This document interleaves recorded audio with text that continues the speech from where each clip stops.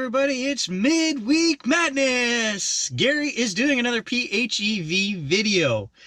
I didn't want to leave you guys in the lurch, so I want to get an answer from Mitsubishi. It's been about 3 weeks since my last video, and I think what I'm going to do moving forward is maybe once a month, every month and a half, we'll do an update just to show you guys where my battery's at. And if I decide to do any on my own battery tinkering, we'll cover that. And just any warranty stuff that comes up, we'll cover all of that and give you guys monthly number updates. So that's what we're going to do today. I have not plugged the Watchdog in 3 weeks. Now, the reason I've stopped doing this series is because I was becoming obsessive. Not only do I track all of the kilometers on here and I'm constantly trying to get better, do better, it's become a sickness, the PHEV sickness. I want to save the planet all by myself. So I said I'm going to stop worrying about all of this, and we're going to stop tracking the dog on every trip and all that. And I haven't plugged it in 3 weeks. So let's plug it in and see what my battery status is at. Then I'll have a meltdown and we'll go from there. Hey, woohoo! 37.4 amp hours. We haven't lost an amp hour here in 3 weeks. So fantastic. There's the numbers, 37.4.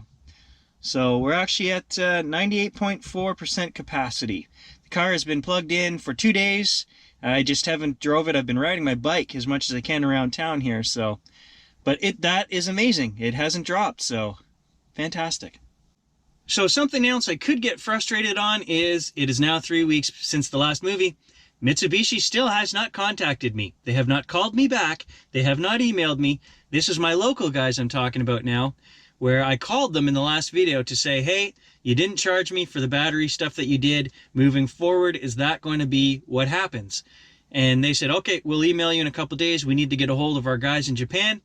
I haven't heard anything. So today we're going to go down there and I'm going to go in and actually talk to Don face to face and say, what is the scoop on this?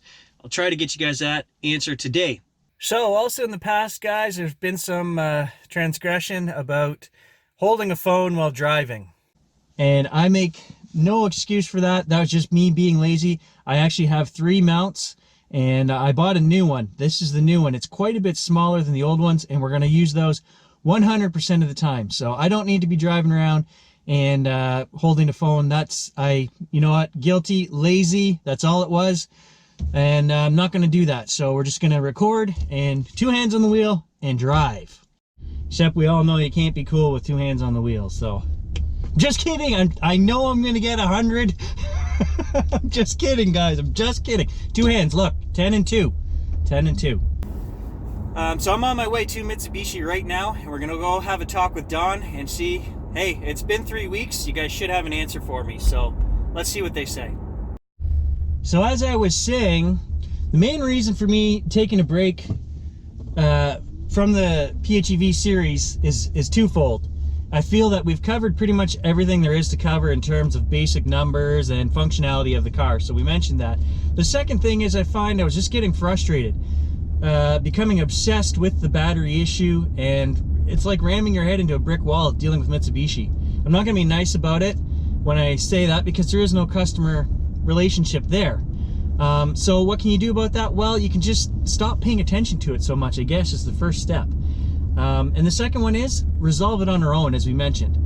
And when I was becoming obsessed with the videos, I think it showed. I was angry about the PHEV videos all the time, and I love this car. So it's like a lot of things. The product is fantastic. It's unbeatable. You can't find a car that does everything this car does. Financially,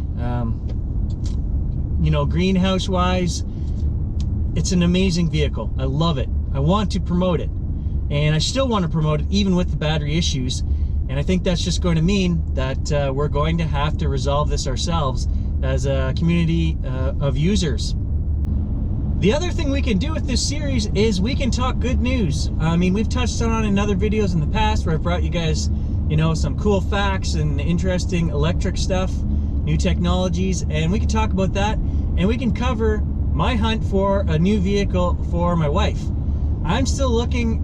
It's going to have to be some kind of electric hybrid, as we've mentioned, and I can tell you guys we can cross off the Pacifica, which is a van which has a 16 kilowatt hour battery. That's available here in town. My buddy drives one, and we're looking at something with more space for the kids when we go on long trips. The PHEV, 2 kids, 2 adults, and a dog, we get pretty crammed in here. And I thought the Pacifica might be a good solution, but then I came to find out it's only 2-wheel drive. That system only runs the front wheels, the electric system in that vehicle. So for me, that's living up here in Northern Ontario with the winters that we have. I don't deal with 2-wheel drive anymore. It's 4-wheel drive or bust. I'm actually happy to be doing a PHEV video, yeah! Don't worry, Andy, I'm not gonna steal all the glory. I'm only gonna do 1 video a month. So you can have your daily routine, your chat, and your whatever. And no matter what Mitsubishi says to me this morning, I'm gonna remain upbeat about it, and because I know that I can deal with this situation on my own. There are multiple things that we can try, and if we have to, we will handle it on our own. Actually, I have fun making videos. I spent 25 years being a serious manager for a couple different industries, and I don't want to be that guy. I want to be relaxed, retired. I still work for my wife, so I still have a job. Some guy called me lazy on another video I did and said I needed to get a job. No, I don't need a job. I just need to enjoy, what I do. Doesn't being a YouTube star constitute having a job?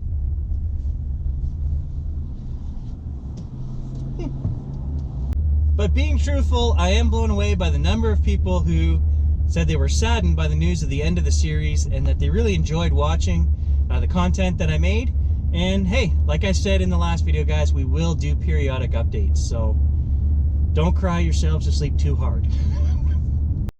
Okay, I gotta get my serious face on here. We're at Mitsubishi. I gotta go in and deal with this. So, serious Gary. So I'm at Mitsubishi. Don is not here. He's at a meeting this morning. I left a message for him again to get a hold of me, but I did spend 20 minutes talking with Kyle. And it's really, we gotta touch on this because so what I want to say is that moving forward, even if this dealership does service my car, I think the issue is they're not going to come out and say that they will, because the problem is it's a $700 charge is what they told me last time, so they have to eat that $700 in labor time, and I know you guys debate all that, whatever, but that's what they're telling me the charge is. So these guys ate that charge last time they did the battery. And what they're kind of hinting at is, well, we don't want to come out and say we're going to cover that for you moving forward, because then we get all these other people coming to our dealership for the same service, and we would have to eat that. And I said, well, hey, Kyle, that would be a great PR move by Mitsubishi to do that. They should address that. They should do it. And he said, well, I know it's a lot of political red tape and whatever else from owners and whatnot, so we can't get into that. But I think that's the heart of the issue is, from what I've seen, they are covering my battery issue. I think they're just not going to come out and say it. And in other news, when I was in there, Gary is out of the loop on electric vehicles. This is the sign, federal government rebate. Apparently this started in May, and I did not know they were doing this. So if you live in Ontario now, you can get a $2,500 rebate again. I got $7,000 when I purchased my EV, which was amazing. And if you live in Quebec, you can get close to that because Quebec still has a $4,000 provincial rebate as well going on. So hey, the Quebec guys are getting an amazing deal. But $2,500 is better than what we've been getting for the last year here in Ontario. So maybe now is the time to get out there and buy that PHEV. Or not. Unresolved battery issues. So unfortunately, I am at the mercy of Mitsubishi waiting for an answer again. So I can't give you the definitive what is my Mitsubishi dealer going to do for me in terms of battery. Will I ever be able to give you guys that answer? I don't know. But like I said, moving forward, we're still going to do a few videos here and there, and we're going to make it about other things. It doesn't all have to be about Mitsubishi. But in Mitsubishi news, Kyle was just telling me they're coming out with by 2025, they're hoping to have an electric plug-in version of every one of their vehicles. And then I looked him right in the eye and said, but Kyle, are they going to fix the battery? So it doesn't matter what vehicles you come out with if the battery is not up to snuff, right? So that being said, mine to still be at 37.4 was a very enlightening surprise for me today. That actually made me happy. So, hey, drive your vehicle, don't become obsessed with the battery, and I'll catch you guys in the next video.